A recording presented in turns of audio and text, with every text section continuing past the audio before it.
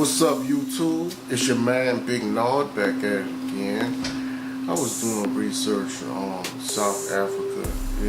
I've been saying for years that South Africa is like the root. If you want to study prejudice, white supremacy, that's the blueprint, as far as the system that they call apartheid. Apartheid is basically the god of prejudice and white supremacy.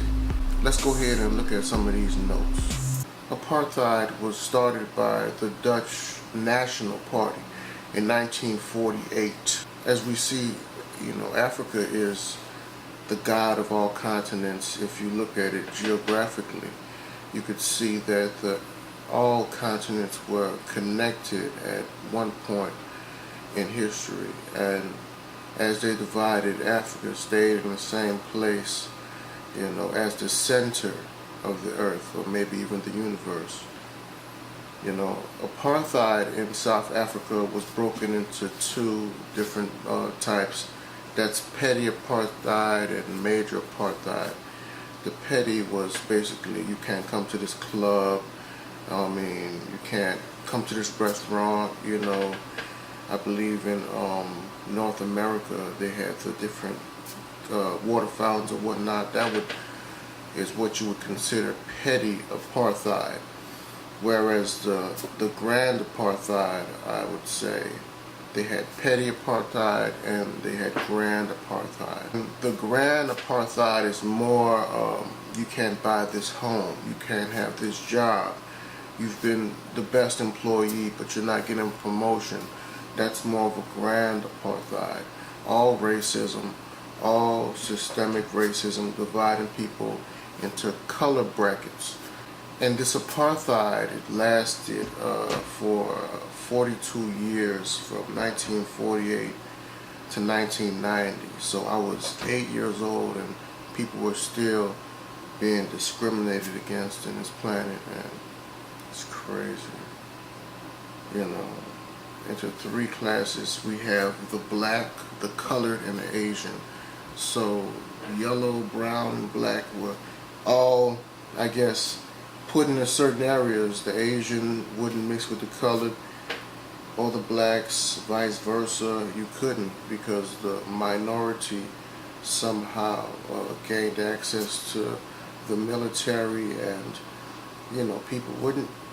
I don't understand it, They had some kind of grip on these people, Whether it was psychology or because there aren't enough guns to kill all of them. You know what I'm saying? They can't kill us all, they can't shoot us all, but they had something psychological that was going on, with the minority whites in that country at that time, Things started to change because they had many recognized and respected groups that were rising and challenging the National Party. One of those groups was the African National Congress, which one of their prominent members was a young Nelson Mandela.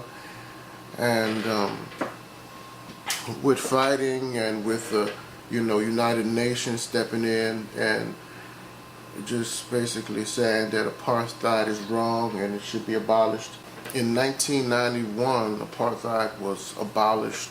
You could see the remnants of it in, today's society. Somebody might not say you can't come to this restaurant, but they might have dress codes tailored to your demographic. What's the latest fashion? Oh, they're wearing this? Okay, we're gonna ban this. Little games like that.